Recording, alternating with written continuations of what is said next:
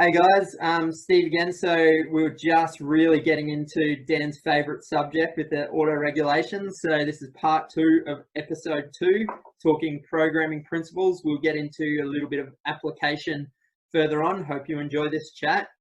All right, Dan, take it away. You were talking RPE, we were talking prescription, in more of the RPE table, the percentage table versus kind of RPE. So if you want to go from there. Yep. So I'll just share that screen again. Yeah, so just to round it all out, it was you don't have to prescribe, you don't have to get in the weeds and prescribe RPE. That's not, you don't want to make it more difficult for whoever you're prescribing your program to.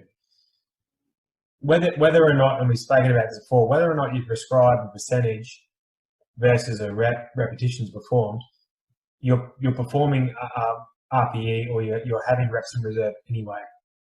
RPE and reps in reserve, auto-regulation stuff exists whether you want to track it or not. It's a variable, it's there kind of thing. Yeah, if you perform a for whatever reason you're performing a one repetition at 87%, you know that's not near 100. Like, you know that they're going to do that and go, definitely was a 3 RM or something like that, or a 4 RM. So one way that's actually a practical way that I used to measure this, if I perform, say, if I want someone to perform 3 reps or a 3 rep max, so that's a 91%, that I'll use that as their measure for their strength. So if for instance one day they did 100 kilos for 3 reps and that was their 1 RM, maybe another day they did it for 5 reps, or a couple of weeks later they did it for 5 reps. So you generally know within that they're getting stronger and their performance is increased, and you not have the risk of going to a 1 RM. So I would rarely perform a 1 RM test if they're not skilled for that. I was just about to ask you, for your prescription of your percentages, I guess, are you testing maximal effort stuff, or are you using this table to get your calculation, a calculated or estimated repetition maximum that then you're working your weight backwards off? Yeah, the latter. Because using it, I'll try and steer away from this sort of region especially if we're talking general population clients and return from injury. It's just a nice way for you as the coach to have a bit of eyes up coaching, or eyes up. So instead of sort of just counting the reps, looking for anything, I like to know how it looks, but I don't. You sort of get to know the athlete, get to know when they're sort of nearing their max. So to them, it might have been a 10, and they might have perceived it as a 10. You yourself know that they definitely looked very, very good and had at least however many reps that they had left. Do you use the bar velocity, even though if you're not directly measuring it, but you can kind of, once you've been doing this for long enough, I know that that's what I do as well. When someone, as we're learning this RPE together, because with each client, I prescribe slightly different. I'll talk about that a little bit later. I do use RPE in prescription, but it's more because of the background and the clientele and the whatever that I have now. But still, as we're learning this together, because I think each time you do it with someone, you learn a little bit more. I will use my perceived kind of bar velocities with them to kind of help them anchor the RPE stuff as we're going. So yes, if they're saying, that was a 10 out of 10 effort, and you saw that bar was still flying up kind of thing, even though if it looked hard, it's still, then you can kind of couch them over this learning process of being, was that actually a 10 out of 10, or was it like a, you know, more RPE 8.5 kind of thing that, you know, you're just perceiving to be a bit more than what it was? Yeah. I'll just quickly touch on the half points as well, because I think people might go, oh, what's an 8? What's 8.5? How do I know it's 8.5? How do I know it's a 9.5? How do I know this? I use it as, I definitely, if it's a 7, I definitely can do 3 more. Yep. If I got to a half point, it's like, I might have. I don't know. So that's when I use a half point. Yep. But really, whether you're off by half or not, I don't think it's too much of a difference. But to track it back, yes, visual bar velocity may slow down. Some people are just slow lifters, but then Some people are slow. Yeah, just grinders. I'll also go technical as well. So I don't want them to go to all out pure failure. It might be a technical failure, and that might be as much as I've got a range in which I'm allowing them to sort of get out of there, to get the bar path to get out of the range which I'm comfortable with. Once it gets outside of that comfort zone, I'll pull the set or whatnot. So, because technically, if they're not efficient enough with their technique to get the bar up, then I don't deem that as necessary to run that risk just for the rep. And you're also, again, going back to, I guess, your SRA cycle stuff, like you're then probably not actually applying the stress that you were thinking onto the tissues that you were thinking that you were. Because, like, as per, we'll chat, I guess, a little later further down the track about your dynamic systems theory stuff, but the person's just going to use whatever strategies. When you put someone up against the RPE kind of 10 thing, they're going to use whatever strategies that the body perceives to them as the strongest to get them out of that. And that might not be the strategy that you were actually kind of after. So yeah, 100% that kind of go to you have like a range of technique that you're kind of happy with. And you know that that's applying the stress that you're wanting to apply onto the tissues that you're wanting to apply it, or, you know, into the system that you're wanting to apply it. So yeah, 100%.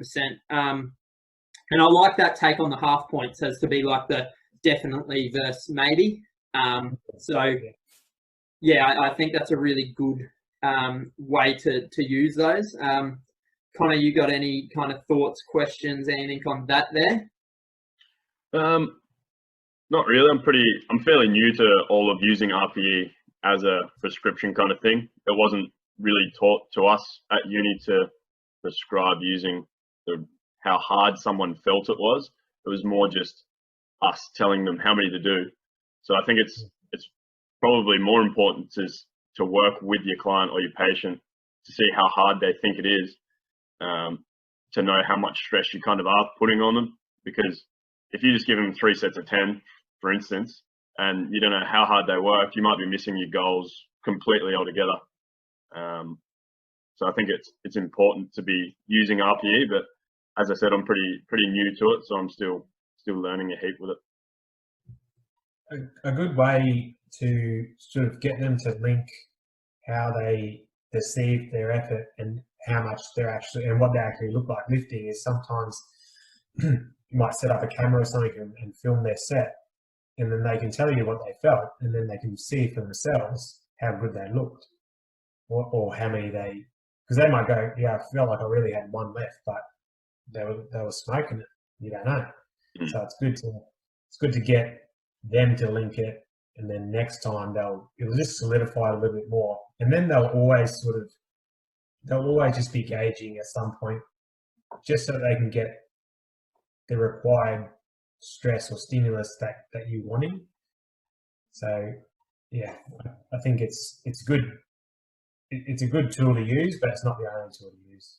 So Connor, you were talking about this to me was using some sort of anchoring system, and it is something that I have used a bit to actually get as a way to short circuit. I don't use it very often. Quite often I tell the person, you know, this programming is going to be a little bit longer game, and we will get better together at learning to use RPE. And I'll explain to them that the reason I'm using RPE-based stuff or auto-regulated stuff is so that I know that the stress that I'm applying to you is X, and so when I retest you later on and we get Y result, I kind of know that the stress has somewhat led to that result.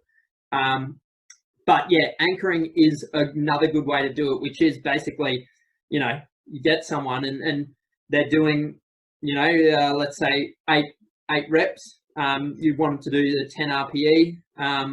So you think that you've got around that kind of 79% on the bar. They go, you know, they get 8 reps and you go, let's go one more.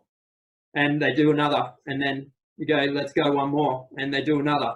And then you do, and that can be a way to short circuit. Again, you've got to couch it in this whole, the stress that you are going to be applying with that one kind of maximal set is going to be quite a lot. So as long as it's only a one-off thing, then, you know, your set is only 1. Your reps may end up somewhat more than the 8 that you intended at that kind of load, but so you are applying a bigger stress than what you were in all the other sets, but it can be a way to kind of shortcut the using of RPE.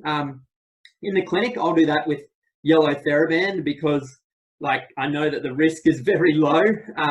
It doesn't matter a lot, and you know, I'm getting someone, say, post shoulder issue back to being happy to do abduction through their used to be painful arc, and we'll get a yellow shoulder band, yellow TheraBand, and they'll be lifting, and they'll go, oh, yep, they'll put it down where they were going to because they've counted to 10, and I'll go, do another couple. And oh, now it's starting to burn. Do another couple. And then that's where, you know, we'll use that as an anchoring set every now and then to be like, okay, that's actually how hard I want you to, not quite that hard, a couple of reps back from that is how hard that I want you to actually be working, so that we're fitting in with those principles that we spoke about in episode 1, the, you know, working twice a week, a couple of sets to a couple of reps short of failure. So that way they know what that actually is, what that feels like. So that is one way that I have done it. I also, so Dan, I use, so I very rarely prescribe a weight these days, but that is because more my clientele / who, like, patients that I'm seeing is all rehab based stuff, and I'm doing things, I guess, based on there's a lot bigger risk reward kind of thing there. So I'm always letting them, basically I program using reps in reserve. Autos at all in 2015. Yep.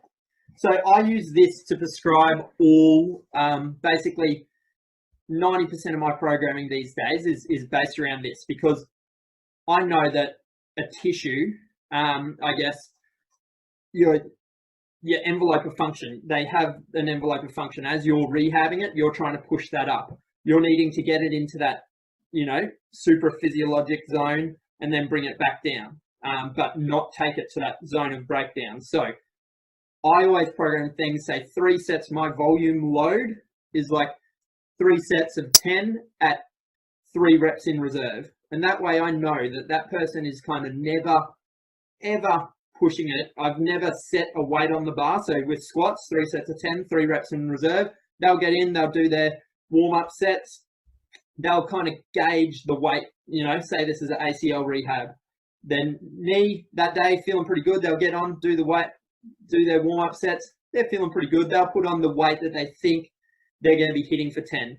We'll do the first set, and me knowing that this is a longer term process than, you know, next I need high performance from an athlete next week. This is a, you know, a 6 to 12 month process, that it doesn't matter if on that day we slightly undershoot the stimulus, because I'm just aiming for cumulative wins. So one win after another to slowly build the capacity of that tissue. So set 1, they'll go with the weight they had on the bar. And, you know, I'll give rep ranges. So it won't be 3 sets of 10. I'll do 3 sets of 8 to 12 with a 3 RAR. So if they get, you know, less than 8 reps, well, then I go, you know, that was too heavy. Like if they stop, I always tell them to stop when they got 3 reps left in the tank.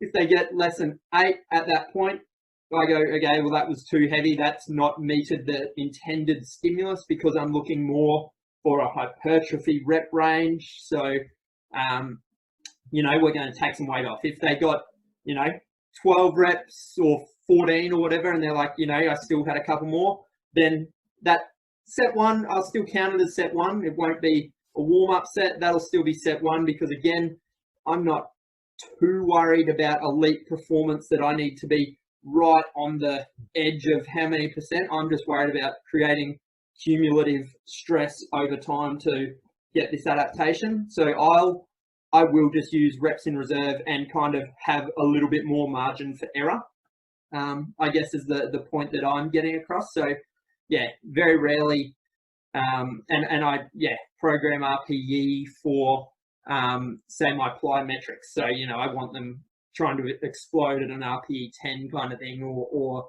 you know, if they're doing some soft landing stuff, maybe RPE 8 to start off with a little bit of RPE 10 work in there, where they're kind of coming down at what they perceive to be their highest height or intensity that they can absorb force into that knee. So yeah, I do things slightly different, but the general principles there, and I think it's just the different contexts and the different goals of the clients that kind of outline how you have to use this, I guess, auto-regulated system. Do you have any kind of questions back at me or anything, or thoughts on that, Dan?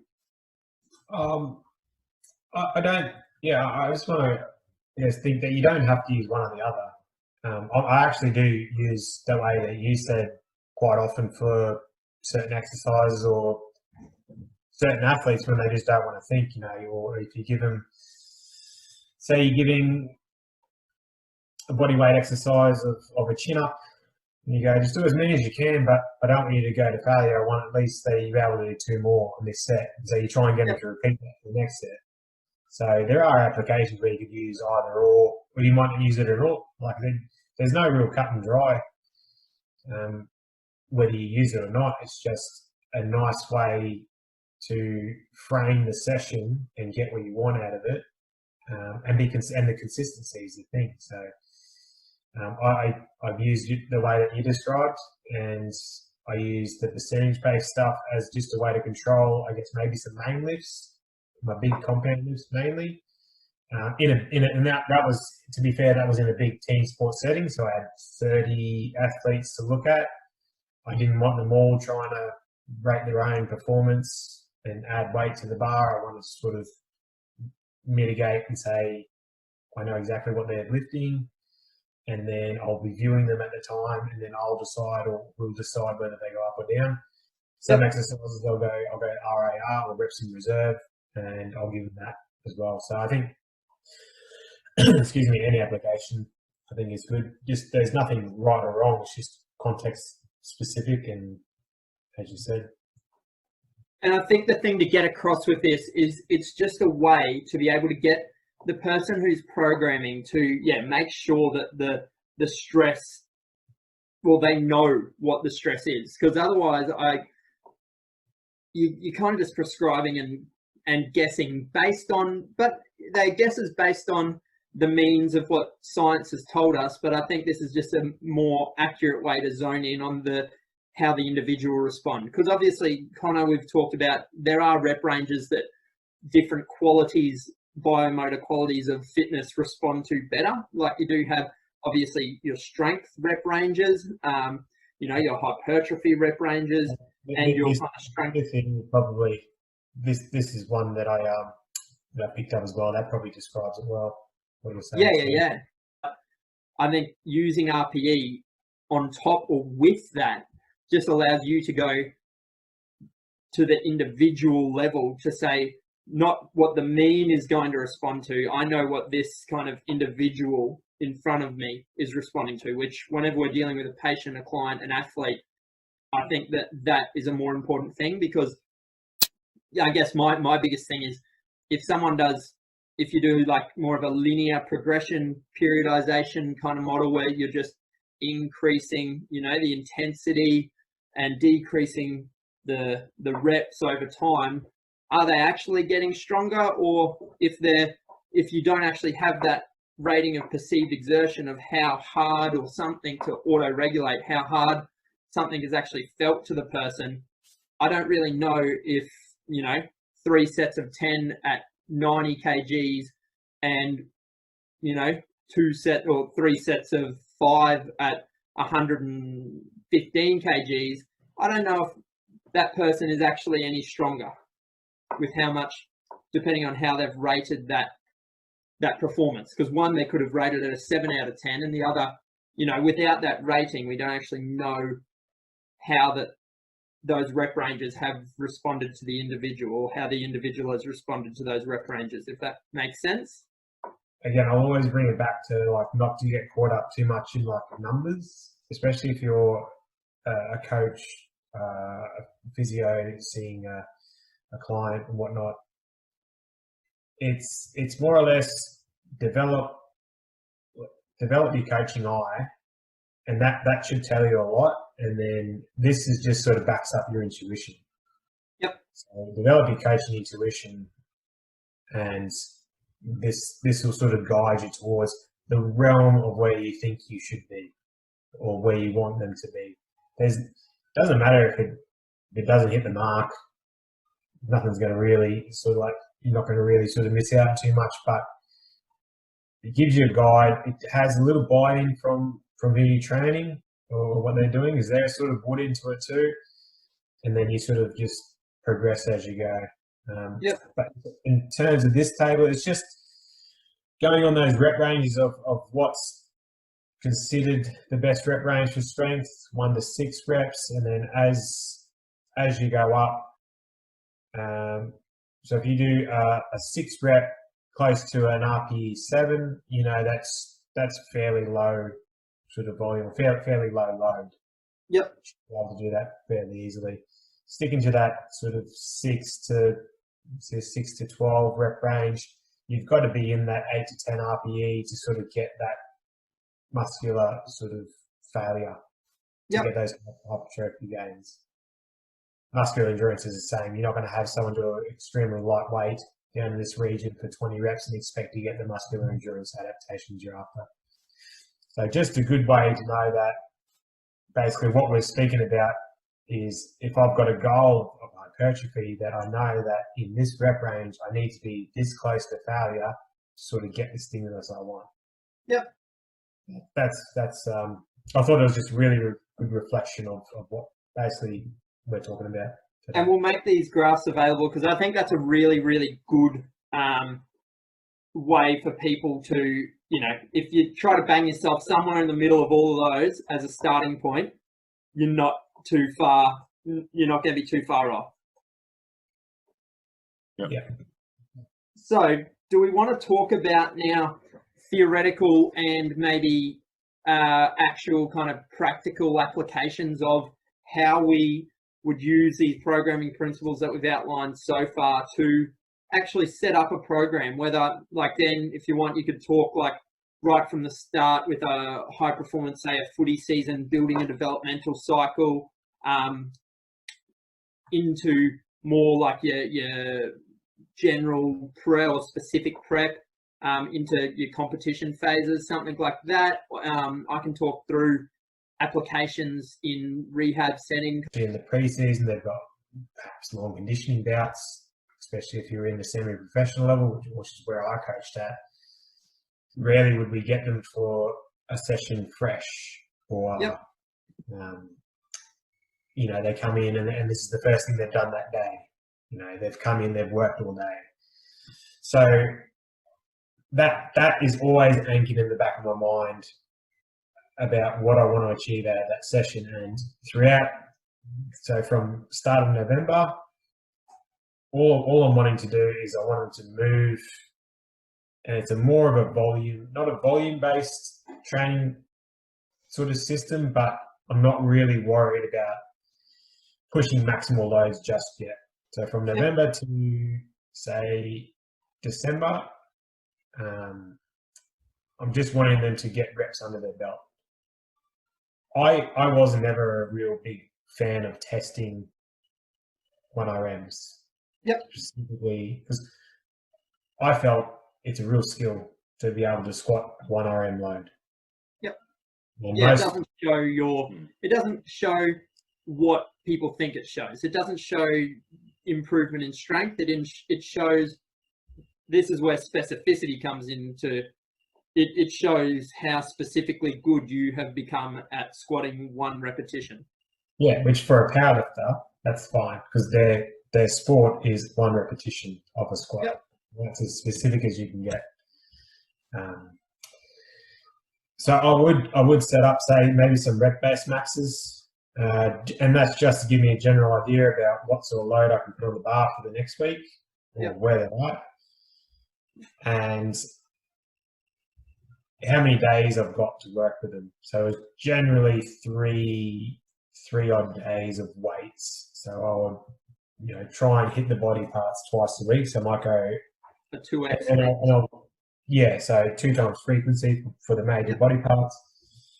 And I'll try and maneuver it away so that if one day is a long conditioning session, I don't want to sort of hammer them too much in the gym. So it might be like a case study. An example I had was Mondays might have been a heavier lower body session because it was usually the first thing they did that week.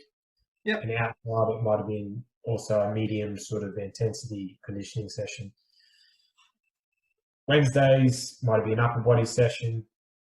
And how are you gauging the intensity of the field session? Was it back with that RPE? So you know that their field session, they were kind of rating it that, RPE 7, or was it more you were looking at the volume of K's run or something like that? Or were you looking at how much high speed kind of work? Yeah, I guess whether it was like a heavy, light or medium week. Yep. I'll just try.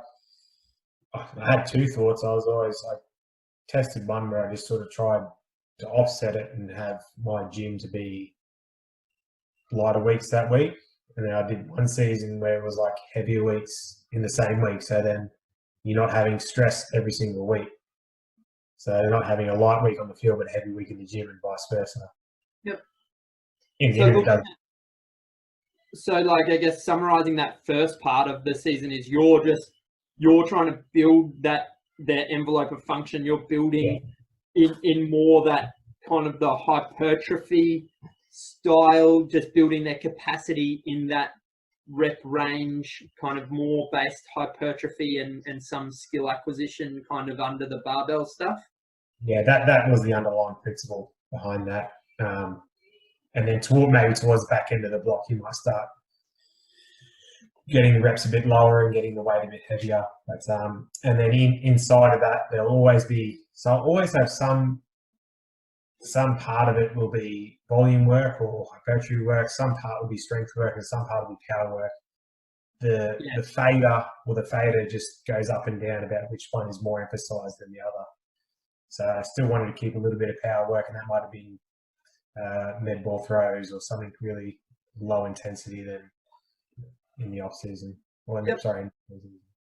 So you and I did that very similar. We always used to talk about that where we said most of these athletes have a decent little build under them that, you want to be able to keep touching on all of these. You want one focus kind of area that you're wanting the body to work most of its adaptation towards, but you're just not wanting to, forget about things like power, things like strength, because they are things that are important in that athlete. So you do need to touch on them enough that each little, because when we talk the stress recovery adaptation cycle, you also have to talk that for every single quality of the person. So, you can't let one decay the whole way off the cliff. You need to continually touch it just to keep it at a maintenance level.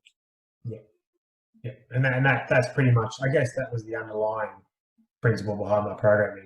Everything was worked, It was just at what stage of the year we're in, depends on which one I emphasise more and which one I emphasise less. Because you've got a bucket of recovery, and there's only so much that I can put in there. So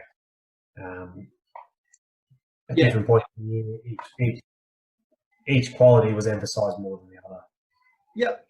Yep, and I think that's very important and pragmatic way to use this SRA. The knowledge of this SRA cycle is going, well, hey, you know, we have to be focusing on something, but can't let everything else detrain. So let's, you know, and this is how and why you would probably do more of a 2x, or if you train 3, you know, maybe a 3x kind of frequency. So that way you are able to train each kind of body part still, but you know that it might have more volume on day 1, and you know that there is going to be a big magnitude of stress, but then, you know, day 2 it's only going to have a little bit of volume, maybe higher intensity, and the stress for that body part might be, you know, moderate. And then come the 3rd session in the week, if you're doing a 3x, you know, you might be hitting it with a little bit of a different biomotor quality, but a little bit harder, because you know that it has a couple of days before you're going to have to hit it again. Something along those lines. Yeah, exactly. Cool. And then how do you build forward? So you were saying then you would kind of change around what your focus was? Yeah, so that sort of moved into a Christmas break period. Come January, when you come back, you've only really got 8 weeks before that's actually playing competition games. Yep. You got 4 weeks before you're playing trials. Depending on how much they did over the break, you sort of have maybe 1 week introductory cycle, or 1 week like an introductory week where you won't sort of hit them straight away. And then the next week you might be starting building towards just that strength-based sort of rep range. But my accessories or my back off stuff might be in that hypertrophy rep range or muscular endurance rep range. And then my power-based stuff might be as part of a warm-up, as a bit of a primer. Yep. And then once you sort of move into the season, I was a big proponent of still touching the maximal strength stuff, but only enough to sort of just to give them that dose that I think they needed, and have I wanted them leaving feeling good, but I needed them to do the work as well. So. And if you have a look, it's specific. Touching that maximal intensity stuff is specific, taking it back to that principle, to rugby league, because they're big bodies and they're having to collide with other big bodies. So you need that body to have dealt with something that's, you know, those collisions can be a few times body weight. You need to have applied a few times body weight into that. That's one thing that I think a lot of physios going into that like return to sport kind of thing, they've said, oh, this person's clear to go. You know, you don't know that they can tolerate getting a couple of times body weight put through their body. So you have to really work. This is where like physio and SSC can work in together so well, or you know, where you have to have both kind of to know that, because you can't just kind of see what you've seen and said they're good to go kind of thing, because they have to have had that specificity of, okay, I've been able to handle really, really big loads. Yeah, and I think this was a point I always thought of is they might have ticked all the boxes, they're looking good, they're moving well, they're ready to go, but how far off is their strength compared to what pre-injury? Is it? Yeah. Have we covered that yet, or are we just based on return to run? They look good run. It's a discussion where you have to talk to the sports coach, because I guess they're pressing to get back onto the field as fast as possible. You don't have a hell of a lot of time to keep them on the sideline. I guess it's just that, and this is where the physio, S&C staff, support coaching staff need to all be collaborative. So I might share how I do this, very different to, I guess, you, as in how I use these programming principles right back in rehab kind of thing. So I'm going to take through now a little bit of stuff based on, I guess, acute rehab into those mid-stage rehab in through to where you'll have to be, I guess, chatting or talking to an S&C coach if your client or athlete is in that realm in that context. So as I was saying, like Connor, you probably, I guess, resonate with this, where, you know, our frequencies that we give our exercises at and our volumes are quite a lot different. So, you know, quite often if you're having a look, you know, someone comes in with an initial injury, you're prescribing something even at a 10x frequency. You know, you might want them to do it 5 times a week, twice a day, because you know that the stress for that, even for that body part, because you have all of these things like pain and that in there as well, you know that, you know, you're not going to actually be even stressing that body part to its maximum. You know that pain is going to be coming on in most circumstances, and obviously this is, you have to use your clinical reasoning and whatnot, but you know that a lot of times pain could be coming on a lot before tissue breakdown, all that type of stuff as well, and you're just trying to get some work, some physiological work into this tissue to make it adapt. So yeah, quite often, as I said, our things can be twice a day, you know, working more in that muscular endurance type of, you know, workload. Could be a lot of TheraBand work. So quite often my prescription will also be depending on what the person has come from. So if they're an athlete who has, and in this case I do the programming, but if I were just a physio, this is where you really do have to be talking in with the S&C coach, because, you know, if there's someone who they've hurt their wrist or their shoulder or something, you don't want their overall systemic, like their neuroendocrine systems response to training to drop off a cliff as well. So you need to continue to apply a stimulus into, you know, all of the other parts of their body to make up to the total volume load that person used to be able to handle. So, you know, if they've been injured now in their right arm, they still have a left arm and 2 legs that you can train, that you might have to increase the volume and frequency of that training a little bit to make sure that, you know, their hormonal response to exercise, their kind of neural response to exercise, their immune response to exercise, their just ability to handle stress in general still stays up there and doesn't detrain to the weakest point, which is the tissue that you're rehabbing. So yeah, quite often, as I said, I'll be programming something, say it's an upper body exercise, I'll be programming their lower body exercises, increasing their frequency and their volume to what they've usually be doing to meet, you know, the need for extra stress in other tissues to make up for the stress that they're losing. But then this is how I progress my rehab continuum using these principles. So as I'm going through, you'll see this is somewhat of like a linear progression of the tissue while I'm still training the system as a whole, because we have to remember that the tissue, if it's injured, is now like the weakest link, and we're not wanting everything to detrain down to there. So the system as a whole is training differently in the background to this, but this is like a bit of a linear progression through of the tissue. So these are the things that I'm wanting to make sure that I can tick off as I go along. Obviously, the main thing with this is you just have to find where your patient is at the time. So it's not always having to start at the start of this continuum, work the whole way through. Your patient could be anywhere along this continuum, and that will kind of be where you start. So I have the phase of rehab, the programming focus, and the outcomes that you achieve through this. So in the very early stage, obviously we're kind of just trying to desensitize things, settle things down, trying to find an entry point to exercise. You've got things like pain and sensitivity around in the background, irritability and tissue remodeling. So quite often here, you know, you're using things like your range of motion exercises, activities, passive, active assisted stuff, you're just basically seeing how the tissue can deal with movement and how it can deal with any type of force into it. So whether it's isometric or just in range or muscle activations or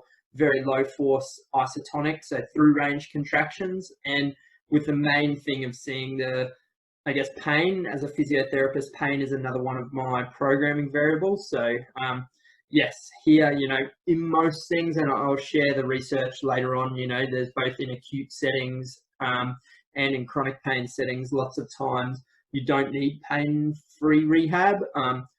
Quite often you do as well, so it's just based on your clinical reasoning, but in most cases, usually it's things less than a 4 out of 10 or within tolerable limits, and it not being too irritable 24 hours after, so you haven't increased that pain by applying your stimulus more than a 2 out of 10 above their baseline, as an example.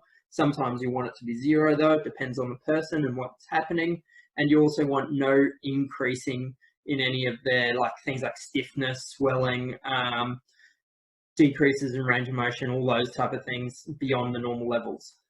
So you want to make sure that you're ticking all of those things off in a really early acute annoyed tissue or system. Then you can kind of move through to, once you can find that level of force that you've been able to apply into it, then you need to be able to tick off muscular endurance, which usually, you know, you have that as a spectrum as well. Starts from isometric the whole way through to, you know, more your, what Dan's table showed, your higher load, you know, 12 plus reps, doing 2 to 3 sets up at about, you know, that 3 reps in reserve. I usually go down to more like 5 reps in reserve because, again, not wanting to push a tissue up too high. By the end of this early to mid phase, people have been able to tolerate some, like, a higher volume load of lower external intensity work.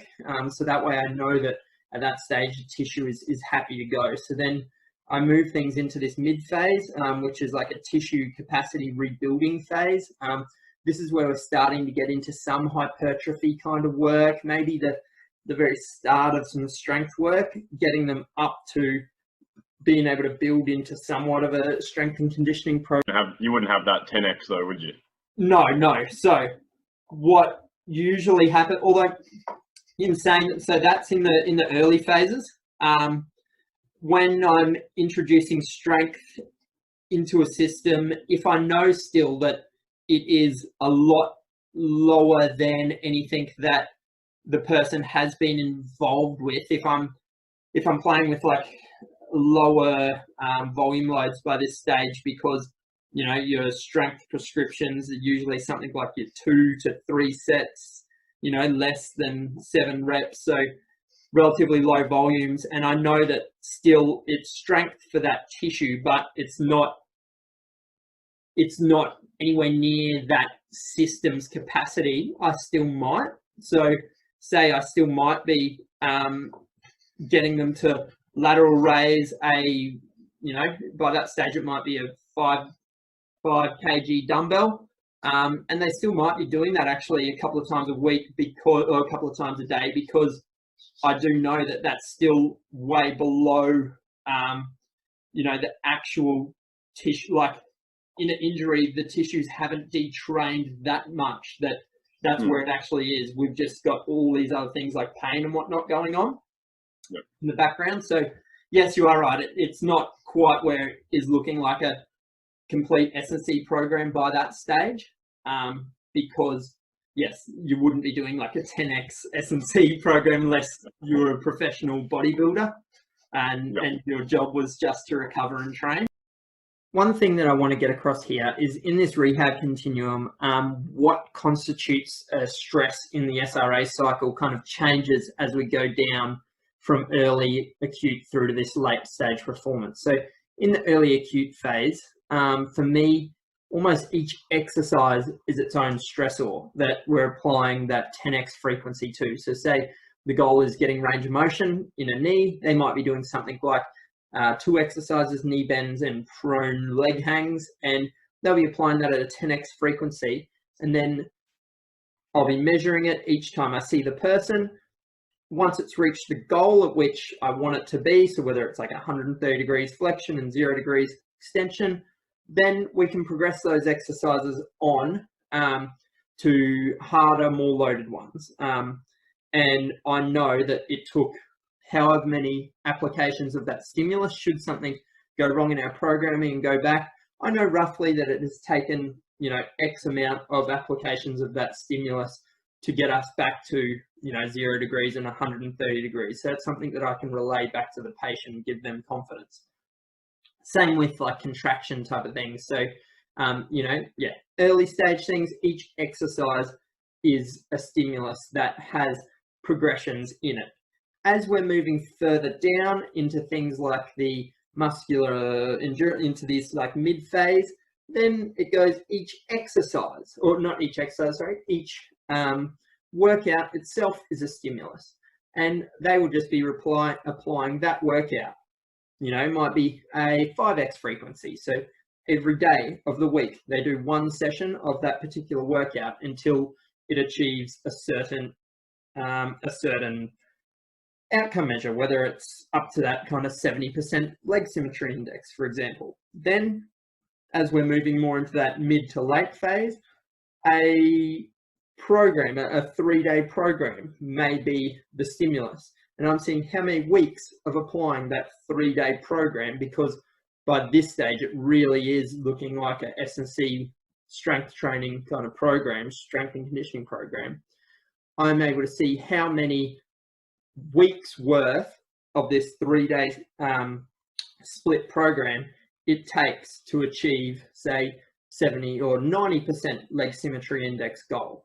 Therefore, again, if something goes wrong, I always have something that I can go back to the athlete and say, hey, look, it only took us in mid-phase, it only took us 5 stimuluses to get you there. So it took 1 week worth of stimulus to get you to that, or it took, you know, usually it'd be a bit more, or in this mid to late phase, look, it took you 9 stimuluses, so only 3 weeks to get us from 70% up to 90%. If we have a little bit of a setback and drop back, I can go, hey, look, it's likely only going to take us 3 weeks to get back up there. So basically the essence here is, once I've found their entry point, I'm just finding where they also have to end up, and I'm just progressing down these phases, applying the stressor until it reaches the appropriate outcome measure, and then the stressor gets more complex. So, you know, it started out as exercises, then it becomes a whole program. Throughout that, I'm just ticking off basically, you know, they've been able to go through the muscular endurance spectrum. They've been able to go through the hypertrophy spectrum from low to high. They've been able to go through the strength spectrum from isometric through to supramaximal, like, you know, yielding strength. That's your things like your Nordics, your eccentrically overloaded external rotators, power. They've gone through from being able to absorb power to creating maximal stretch shortening cycle stuff like sprinting, bounding, that type of gear, depth jumps. Same as this late stage is this real fun stage where basically, again, you're starting with just sport specific exercises, then some drills, and then like right up this last thing. I don't think a physio can actually class someone as ready to go until they've done like full training and being able to return to kind of play or perform in like scrimmage tasks, say in rugby league, or in really high intensity tasks that they've been able to do in their sports training. And that's in conjunction with their sports coach, their S&C coach, their physio, everyone and the athlete themselves, everyone coming together for that. So that's how I kind of use it, slightly different to just in the rehab, just in the performance area, but it's still using the same principles.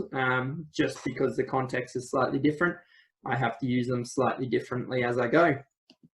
Essentially, you're just pushing up that envelope of function each time, or each so many sessions, and then you want to make sure that each session you do doesn't go into that zone of breakdown. It sticks somewhere around where their envelope is, or in that, just in that zone of overload without breaking it down. And then you can see, if you remember the curve, it starts down with high frequency, low intensity, and then you're slowly working slowly up the curve and pushing all of the capacity of it up. That kind of simplifies pretty much everything there, I reckon, is in that graph that we went through.